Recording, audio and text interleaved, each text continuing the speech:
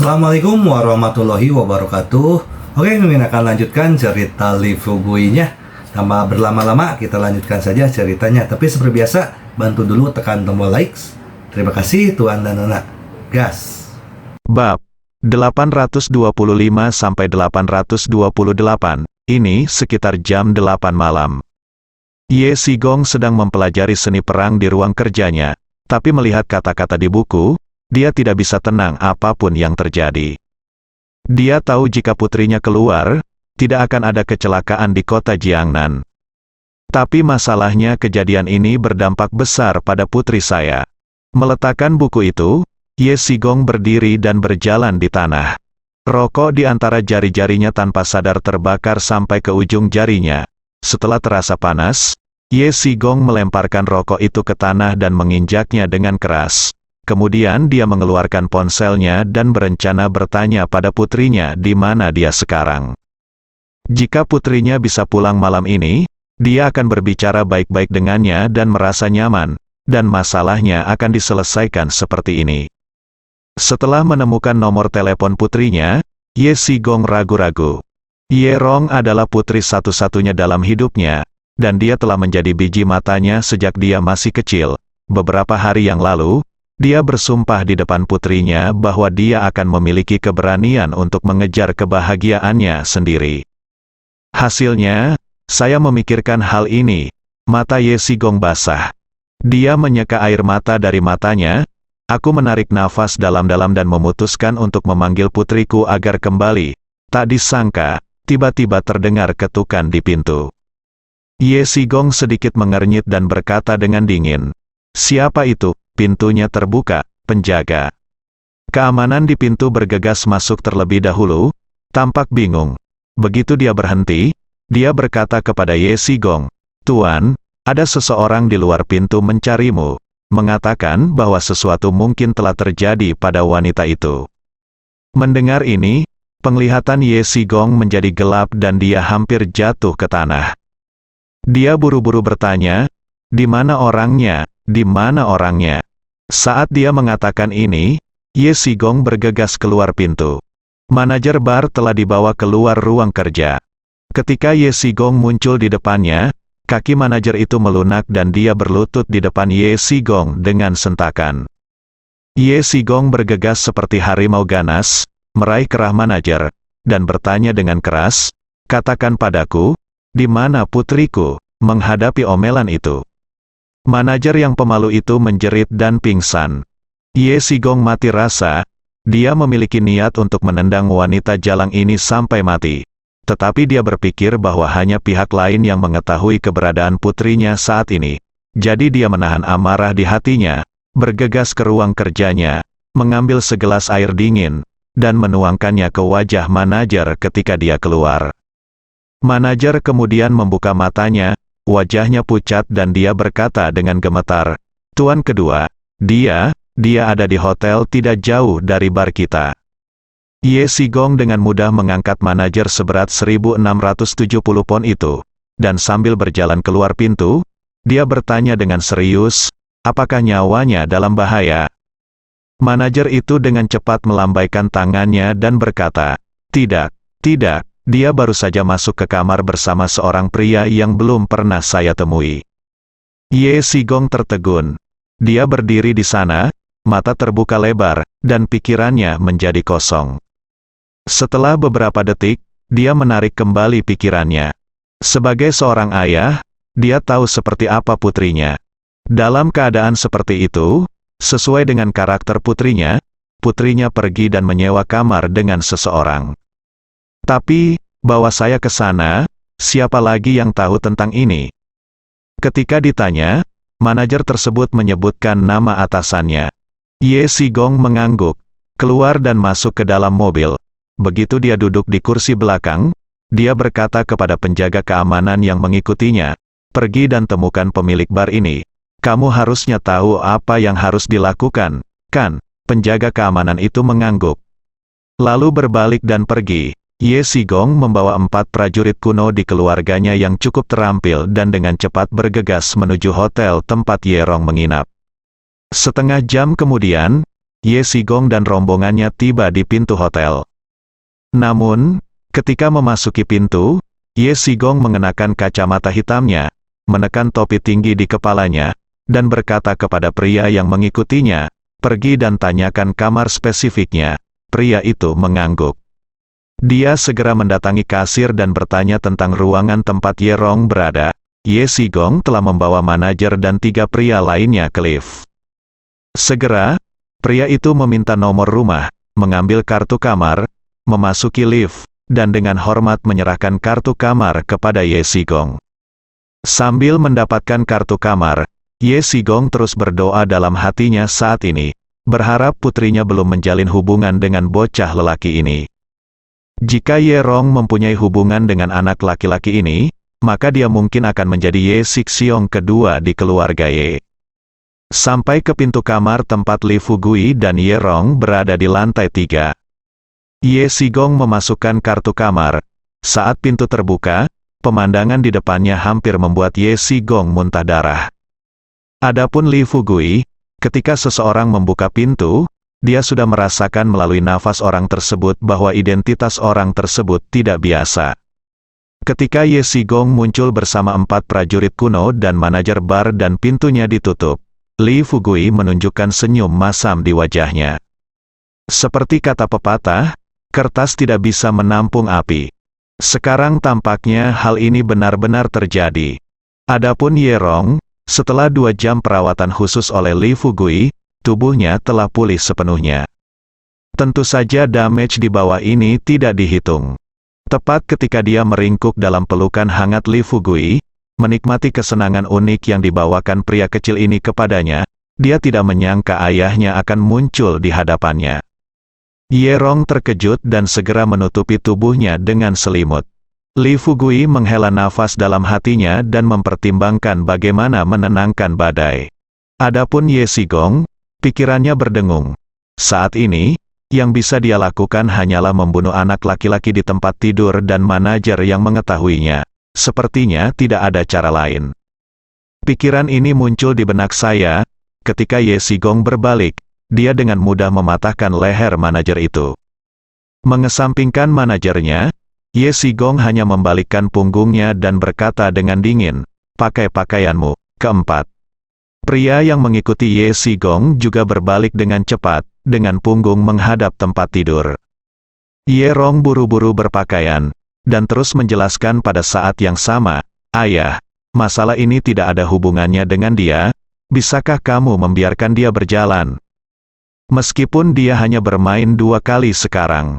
Tapi 2 kali ini sudah cukup bagi Ye Rong untuk meninggalkan tempat bagi Li Fugui di hatinya."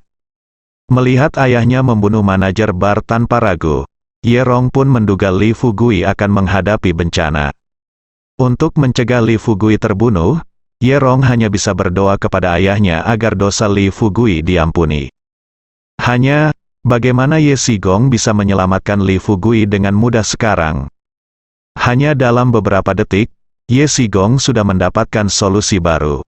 Dia pertama-tama membunuh semua orang yang mengetahui masalah ini, dan kemudian menghubungi rumah sakit bedah plastik terbaik untuk membiarkan putrinya mendapatkan kembali tubuh utuhnya, dan kemudian membiarkannya dekat dengan Lu Shaopeng. Cara ini, dia akan baik-baik saja di depan orang tua itu. Dan status garis keturunan mereka di keluarga Ye tidak akan berkurang. Sebaliknya, di masa hidupnya, dia mungkin bisa mengandalkan keluarga Lu untuk mendobrak tradisi keluarga Ye yang sudah berusia seabad dan menjadi kepala keluarga Ye. Oleh karena itu, ketika mendengar doa Ye Rong, Ye Sigong hanya berkata dengan dingin, "Pakai bajumu dulu." Ye Rong menyeka air matanya. Dia mengenakan pakaiannya secara acak dan dengan cepat terjatuh di kaki ayahnya. "Ayah, aku tidak pernah memintamu melakukan apapun seumur hidupku. Hari ini aku mohon padamu untuk mengampuni dia. Selama kamu bersedia mengampuni nyawanya, aku berjanji bahwa segala sesuatu di masa depan akan tunduk pada pengaturanmu." Ye Sigong melihat putrinya. Setelah berpakaian, dia berbalik untuk melihat Li Fugui yang baru saja melompat dari tempat tidur. Dia memandang Li Fugui dan berpikir, pria ini terlihat sangat berbakat.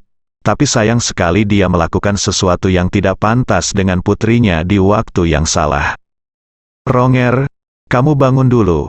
Ada beberapa hal yang tidak ingin kamu lakukan. Ye Sigong berbicara dengan niat membunuh.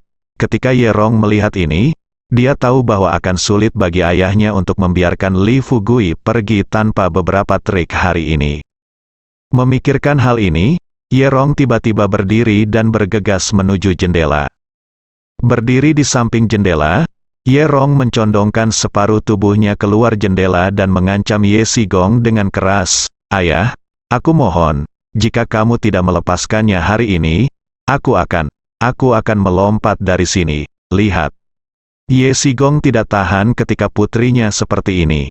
Namun demi hidup dan matinya garis keturunan mereka, Ye Sigong bertekad dan hanya menatap pria di sebelahnya. Seperti kilat, kedua pria itu mendatangi Ye Rong dalam sekejap mata dan menangkap Ye Rong di tangannya. Ye Rong benar-benar putus asa. Dia tidak menyangka dorongan hatinya akan membunuh begitu banyak orang. Terutama Li Fugui, seorang pemuda gagah dengan kemudahan di pelukannya harus mati karena dirinya sendiri. Memikirkan hal ini, Ye Rong menangis. Li Fugui juga tidak menyangka Ye Rong begitu menyayanginya. Sekarang setelah semuanya sampai pada titik ini, dia hanya dapat mengubah strateginya untuk sementara dan menghabiskan beberapa hari lebih sedikit di sekolah. Kamu tidak bisa membiarkan Ye Rong merasa sedih sendirian karena keceriaanmu, bukan? Sister Ronger, jangan menangis. Saya bisa menyelesaikan masalah ini. Li Fugui tersenyum sedikit, melangkah maju dan mengulurkan tangannya di depan Ye Sigong, dan dengan lembut menyeka air mata dari sudut mata Ye Rong. Ye Rong tercengang, Ye Sigong bahkan lebih terkejut lagi. Dia telah bertemu banyak sekali anak muda, belum lagi manajer yang lehernya patah begitu saja begitu ketakutan hingga dia pingsan setelah melihat Yang Mulia. Namun anak laki-laki di depannya itu kalem, dan dia justru berani berhubungan intim dengan putrinya dalam keadaan seperti itu. Dalam situasi ini, apakah memang ada cinta sejati di antara keduanya? Atau apakah anak sapi yang baru lahir tidak takut pada harimau? Tepat ketika pikiran ayah dan putrinya menjadi kosong, Li Fugui perlahan-lahan duduk di tepi tempat tidur, menatap Ye Sigong dan sedikit tersenyum. "Paman Ye, bisakah kamu membiarkan anak buahmu membawa Sister Ronger keluar dulu?" Ye Sigong mengerutkan kening dan menatap Li Fugui dengan hati-hati.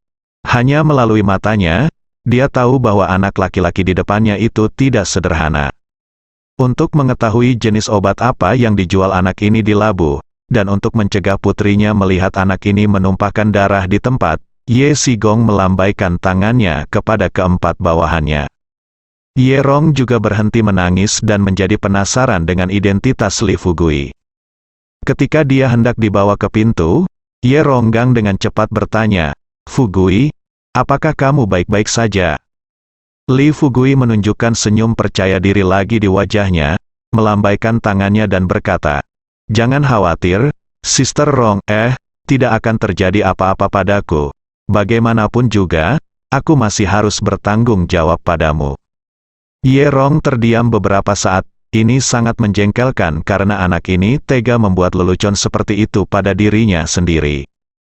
Adapun Ye Sigong, setelah Ye Rong dibawa keluar, dia melepas kacamata hitamnya, perlahan duduk di kursi di sebelah Li Fugui, dan berkata sambil mencibir, "Wah, kamu adalah katak yang berpura-pura menjadi katak. Kamu sangat pandai dalam hal itu. Tahukah kamu bahwa kamu dengan siapa aku tidur tadi?" "Siapa aku?" Li Fugui berkata sambil tersenyum tenang, "Paman, lihat apa yang kamu katakan. Jika aku tidak tahu, beraninya aku berbaring di ranjang yang sama dengan putrimu." Ye Sigong berkata dengan heran, "Jadi, anakmu? Apakah kamu melakukannya dengan sengaja?" Li Fugui melambaikan tangannya lagi. Tidak, jangan salah paham, tidur dengan Sister Ronger hari ini memang agak terlalu mendadak. Awalnya aku berencana untuk menunggu sebentar, tapi, Hei, aku merasa malu bahkan mengatakannya. Aku sudah ada sejak lama. Tapi aku tidak menyangka kalau aku akan menjadi bodoh di depan beberapa anak yang baru saja meninggalkan masyarakat. Melihat Li ekspresi Fugui, Ye Sigong ingin mengetahui keseluruhan cerita lebih jauh lagi. Dia untuk sementara menahan amarah di dalam hatinya dan bertanya dengan serius. Katakan padaku, apa yang terjadi? Li Fugui tidak menyembunyikan apapun dan dengan jujur menceritakan keseluruhan cerita. Setelah dia selesai berbicara, dia membuka tangannya ke arah Ye Sigong dan berkata sambil tersenyum masam, katakan padaku, bisakah aku menahan situasi ini? Meskipun kamu tidak terlihat terlalu baik, putrimu hanyalah wanita seperti peri. Ya, Ye. Sigong menggertakkan giginya. Dia juga hidup selama lebih dari 50 tahun. Dan ini adalah pertama kalinya dia melihat orang yang tidak tahu malu seperti Li Fugui. Sekalipun Anda mendapat tawaran, Anda tetap berperilaku baik. Itu benar-benar tidak tahu malu. Wah, kamu pantas mati. Kamu pantas mati. Li Fugui tidak keberatan, mengangguk dan tersenyum. Ya, kamu benar. Aku memang pantas mati. Tapi Paman, aku ingin bertanya padamu. Setelah aku mati, ini bagaimana rencanamu menangani masalah ini? Bunuh semua orang yang mengetahui masalah ini? Mungkinkah kamu berencana membunuh 4 prajurit kuno yang kamu bawa hari ini? Sejauh yang aku tahu, para prajurit kuno dari keluarga Yemu awalnya hanya ada beberapa, dan semuanya tercatat di buku. Hei, jika ada yang mati, Pak Tua harus menanyakan penyebab kematiannya, apalagi 4, hati Ye Sigong menegang. Dan dia menghirup udara sejuk. Melihat perubahan ekspresi Ye Sigong, Li Fugui terus tersenyum dan berkata, juga, jika kamu tidak membunuhku, kertas itu tidak akan bisa menahan apinya. Begitu masalah ini menyebar, kamu orang tua mungkin tidak punya waktu untuk menanganinya bersamamu, dan kamu mungkin akan dihukum, bunuh orang-orang dari keluarga lu. Oh, ini sangat sulit untuk ditangani. Tidak mungkin untuk membunuhnya atau mempertahankannya. Bagaimana pendapatmu tentang ini? Tidak peduli seberapa kuat ketahanan mental Ye Sigong. Menghadapi kata-kata Li Fugui, dia tidak tahan lagi dengan kata-katanya. Sambil mengertakkan giginya, dia menjadi sangat marah. Tiba-tiba berdiri, dan bergegas ke depan. Siap mencekik Li Fugui sampai mati. Tapi dia tidak menunggu jari Ye Sigong menyentuh leher Li Fugui. Li Fugui tiba-tiba mengulurkan tangannya, tunggu sebentar, jika kamu membunuhku, kerugianmu akan semakin besar. Ye Sigong menatap mata tulus Li Fugui dan bertanya dengan keras, apa ruginya aku dengan membunuhmu? Perlakukan seolah-olah saya telah menginjak-injak seekor kecoa sampai mati, dan roda mobil telah meremukkan seekor tikus sampai mati. Qi Kuai Cui Jili. Fugui terkekeh dan berkata kepada Ye Sigong secara misterius, tidak, nilai saya tidak itu kecoa, ini sebanding dengan tikus. Bagaimana dengan ini? Anda duduk dulu dan biarkan saya menyelesaikannya. Jika Anda masih berencana membunuh saya berjanji tidak akan melawan. Bagaimana dengan itu? Seperti kata pepatah, sekali Anda membuat kemajuan besar, Anda akan kelelahan lagi dan lagi. Ye Sigong baru saja melihat Li Fugui dan putrinya di tempat tidur, dan dia ingin segera mencekik Li Fugui. Tapi sekarang, setelah perlahan-lahan menjadi tenang, dia perlahan-lahan menjadi lebih tertarik pada anak laki-laki di depannya. Dilihat dari usianya, dia baru berusia 18 atau 19 tahun. Namun kecanggihan yang ditunjukkan bocah ini dalam menangani sesuatu jelas di luar jangkauan orang awam. Setelah Li Fugui selesai berbicara, Ye Sigong menyalakan rokoknya dan berkata sambil mencibir, katakan padaku, aku benar-benar ingin mendengar hari ini alasan apa yang bisa kamu berikan agar aku tidak membunuhmu. Li Fugui berkata sambil tersenyum, saya bisa membuatmu sejajar dengan Ye Sixiong di masa depan. Ketika kata-kata ini terungkap, Ye Sigong langsung merasa geli. Dia berkata kepada Li Fugui dengan nada meremehkan, nak, sepertinya kamu tidak terlalu mengenal keluarga Ye kami. Haha, tahukah kamu apa status saudara ketigaku di keluarga Ye? Jika kamu ingin aku bersama kamu. Aku mungkin masih tergerak oleh kenyataan bahwa Ye Xiying berada pada posisi yang sama. Tetapi sekarang, kamu ingin aku sejajar dengan Ye Sixiong, yang awalnya tidak memiliki status di keluarga Ye. Apakah kamu pikir itu milikmu, otak yang sakit, atau otakku? Li Fugui tampak tenang. Menatap Ye Sigong sambil tersenyum. Setelah Ye Sigong melihat mata Li Fugui, dia mulai berpikir secara acak. Sorot mata anak ini dengan jelas menunjukkan bahwa dia masih memiliki langkah besar. Tepat setelah senyuman di wajah Ye Sigong berangsur-angsur menghilang, Li Fugui tersenyum dan berkata, "Paman, izinkan saya bertanya kepada Anda, sebelum apa yang terjadi tadi malam, Ye Sixiong memang yang paling rendah hati di antara kalian bersaudara.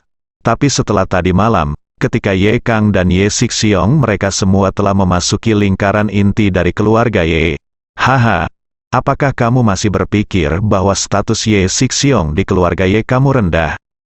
Juga, menurutku kamu menyaksikan perilaku orang tuamu terhadap Ye Kang tadi malam. Tidakkah kamu merasakan hal itu? Apakah kamu berencana untuk mendukung Ye Kang menjadi kepala keluarga? Tentu saja, tidak masalah jika kamu tidak merasakannya. Aku dapat memberitahumu di sini dengan kepastian mutlak bahwa kepala keluarga Ye selanjutnya adalah Ye Kang." Ye Sigong benar-benar mati rasa. Hanya mereka yang berada di lingkaran dalam keluarga Ye yang tahu apa yang terjadi tadi malam. Tapi anak di depannya tahu persis apa yang terjadi tadi malam. Terkejut, Ye Sigong tidak bisa menahan diri untuk tidak berdiri, menatap Li Fugui dengan tidak percaya, dan bertanya, "Nak, siapa kamu?" Itu saja. Tidak ada gunanya terus menyembunyikan beberapa hal. Li Fugui berpikir seperti ini. Jadi dia membuka jendela atap untuk berbicara terus terang dan berkata kepada Ye Sigong, "Saya mengatakan bahwa Ye Kang dapat mencapai titik ini hanya karena saya berada di belakangnya. Apakah Anda percaya?" Ye Sigong membuka mulutnya dan berkata untuk waktu yang lama. Tidak ada sepatah kata pun yang keluar.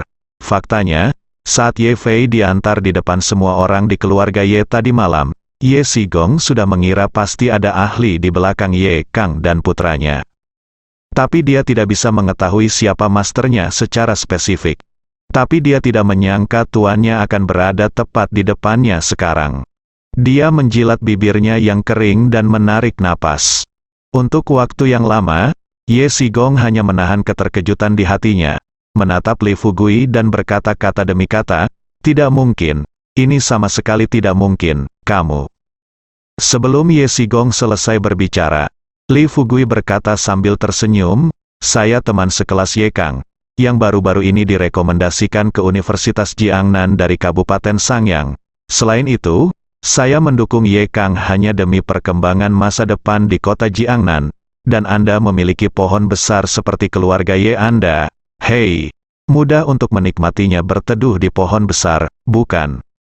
Mengenai apa yang terjadi tadi malam, aku benar-benar memikirkannya sebelum aku memberi ide pada Ye Kang. Setelah Ye Sigong mengetahui hal ini, dia terus melambaikan tangannya dan berkata, "Tidak mungkin. Apakah menurutmu Ye Kang dan bisakah Ye Sixiong menggantikan Ye Xing? Biarkan aku memberitahumu, situasi keluarga Ye kita lebih rumit dari yang kamu kira." Meskipun Ye Sigong mengatakan ini, dia merasa tidak yakin di dalam hatinya.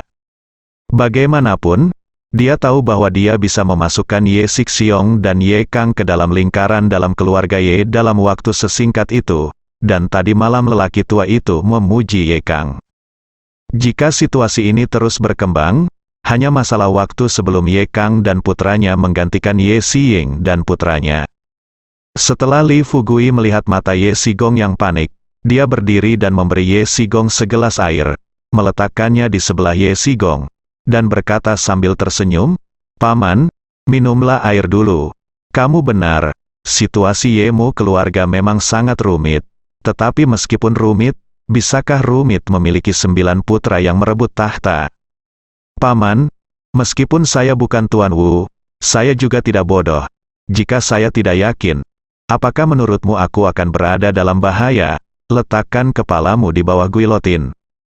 Meskipun kita sudah lama tidak bertemu, kamu harusnya bisa mengetahui orang seperti apa aku ini berdasarkan pengalamanmu di keluarga Ye selama ini bertahun-tahun kan, Ye?" Sigong pikiranku berdengung. Setelah dia duduk di kursi, dia terus menggosok pelipisnya dengan kedua tangannya, dan buru-buru melambaikan tangannya dan berkata, "Jangan katakan apapun dulu, biarkan aku tenang." Li Fugui tersenyum dan tidak berkata apa-apa, dan tidak mengganggu Ye Sigong. "Saya tidak tahu berapa lama waktu yang dibutuhkan." Ye Sigong baru saja mengangkat kepalanya, menatap Li Fugui dan bertanya, "Menurut rencanamu, berapa lama waktu yang dibutuhkan Ye Kang untuk dikukuhkan sebagai pewaris kepala keluarga?" Li Fugui berkata dengan serius, "Saya tidak bisa pastikan berapa lama, tapi aku jamin Ye Kang Yu pasti akan menjadi pewaris kepala keluarga Ye di masa depan. Selama kamu menyetujui urusanku dengan putrimu hari ini, ini pasti akan bermanfaat bagi masa depanmu." Perkembangan dalam keluarga Ye Sigong bingung. Meski begitu, ia sangat terharu dengan syarat yang diajukan Li Fugui. Tetapi pada saat yang sama, dia khawatir jika lelaki tua itu atau Lu Shaopeng mengetahui hal ini, dia akan hancur total. Pikirkan ini, Ye Sigong merentangkan tangannya dan berkata dengan ekspresi pahit di wajahnya, "Saya tidak perlu memaksa putri saya menjadi seperti ini. Karena Anda tahu banyak tentang keluarga Ye kami, saya pikir Anda juga tahu betapa saya mencintai Roger.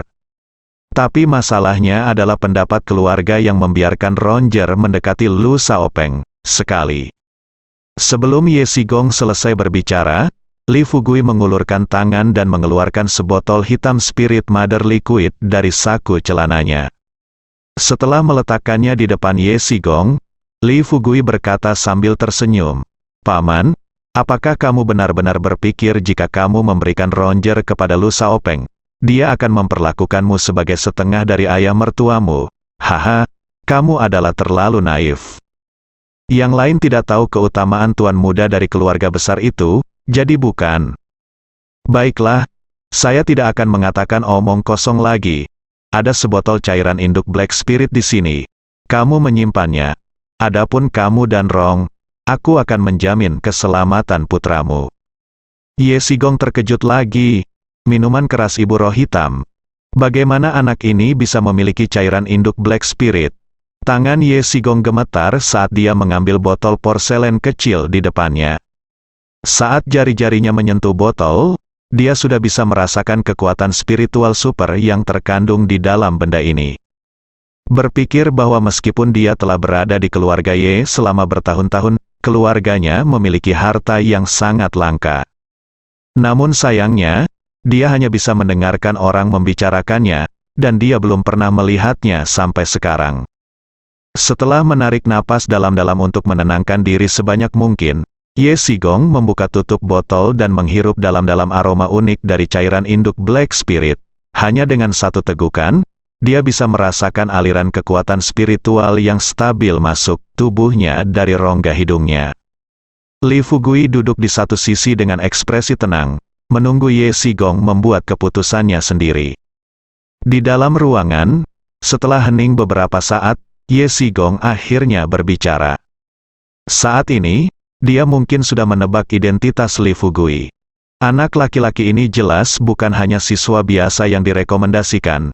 Kemungkinan besar, dia pastilah putra dari keluarga besar di ibu kota, dan kemungkinan besar dia adalah musuh keluarga Lu. Alasan mengapa hal itu muncul di kota Jiangnan sekarang.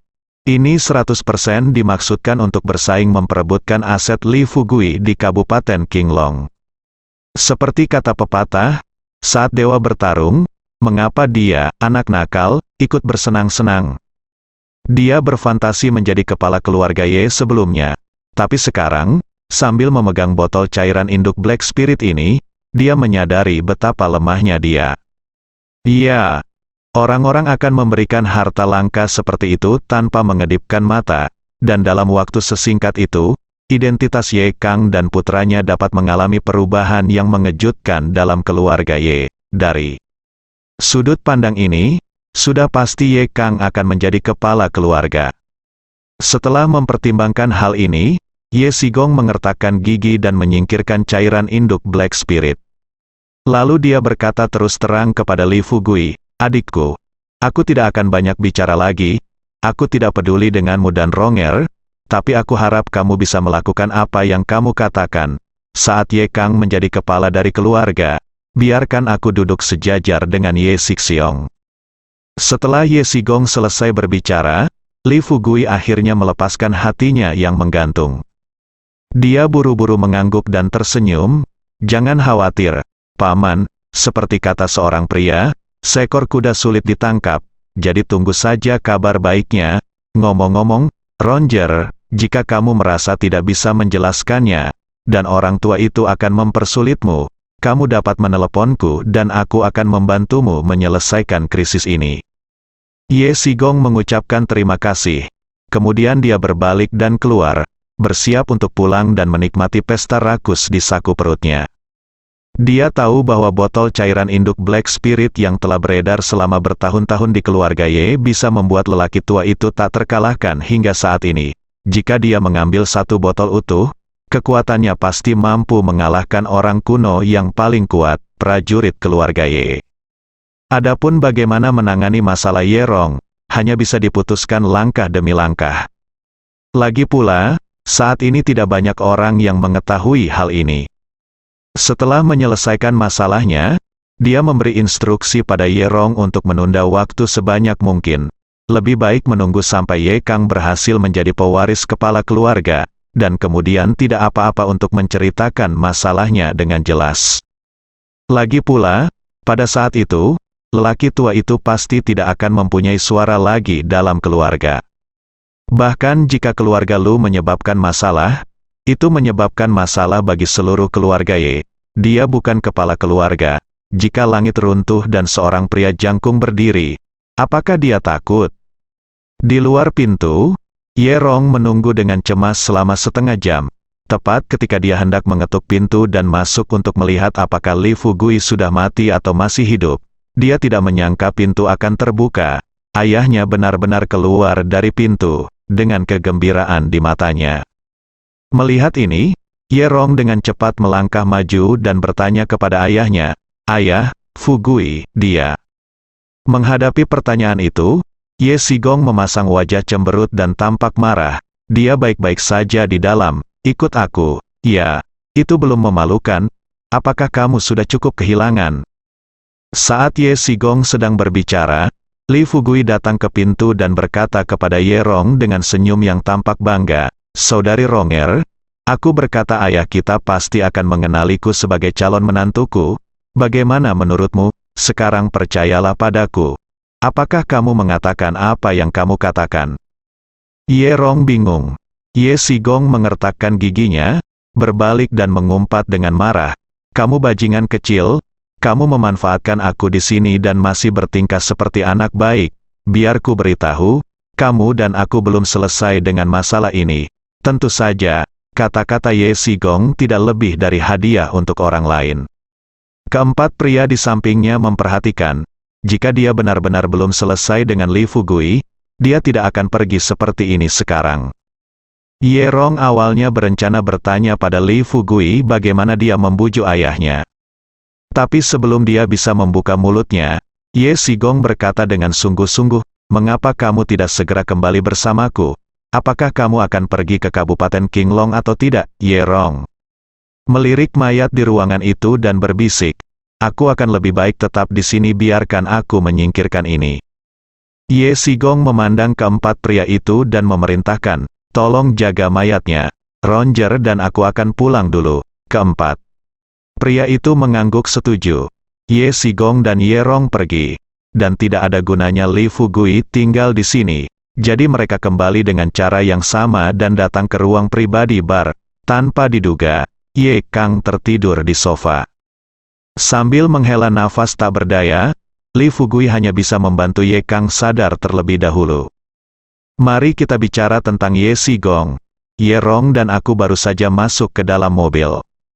Ye Rong buru-buru bertanya, "Ayah, apa yang terjadi? Mengapa?" Sebelum Ye Rong selesai berbicara, Ye Sigong mengerutkan kening dan berkata, "Ronger, masalahnya sudah sampai pada titik ini, dan aku tidak menginginkanmu menjadi sedih.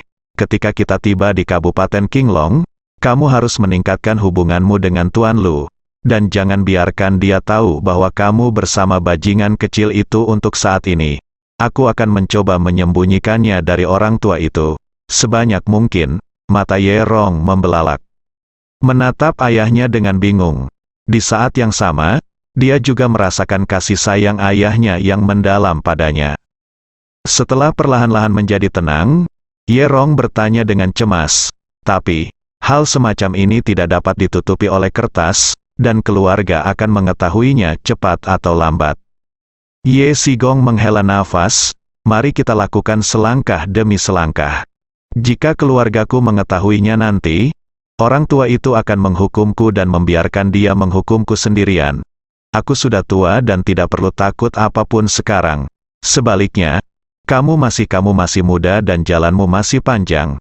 Apapun yang kamu lakukan di masa depan, ingatlah untuk mendiskusikannya denganku terlebih dahulu dan jangan membuat keputusan apapun.